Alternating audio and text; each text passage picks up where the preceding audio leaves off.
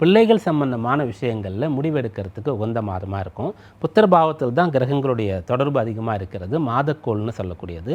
ரிஷபராசியில் அம்மாவோ இல்லை அப்பாவோ யாரோ ஒருத்தர் இருந்தால் கூட பிள்ளைகள் சம்பந்தமாக அவங்களுடைய கல்வி நிலை எப்படி இருக்குது, உத்தியோகம் எப்படி இருக்குது, திருமண விஷயங்கள் எப்போ ஆரம்பிக்கலாம், எப்படி செய்யலாம், திருமண வாழ்க்கை எப்படி இருக்குது, இதெல்லாம் நீங்கள் பார்க்கலாம், பிளான் பண்ணலாம். இதில் என்ன பிரச்சனை இருந்தாலும் அம்பாள் இடத்துல வேண்டிக் கொண்டால் அனைத்தும் சரியாகும். அதே போல் 5ஆம் இடம் சொல்லக்கூடியது பூர்வீக சொத்துன்னு சொல்லக்கூடியது. ரிஷபராசி அன்பர்களில் பூர்வீக சொத்து சம்பந்தமாக வழக்கு பிரச்சனை நடந்து கொண்டு இருக்குன்னா இப்போ 6ல் செவ்வாய் இருக்கார். அதில் உங்களுக்கு வெற்றி கிடைக்க போகின்றது. உங்கள் பூர்வீக சொத்து சம்பந்தமாக நடக்கக்கூடிய கேஸில் நீங்கள் வின் பண்ண போகிறீங்க. அப்படிப்பட்ட ஒரு யோகமானது இருக்கிறது. அதற்கு இப்போ வாய்ப்பு இருக்குதுன்னு சொன்னால் நீங்கள் அதற்காக காத்திருக்கலாம்.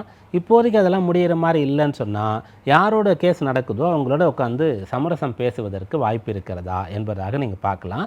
விட்டு கொடுத்தாலும் கூட உங்களுக்கு கிடைக்க வேண்டிய பலனானது கிடைச்சிடும்.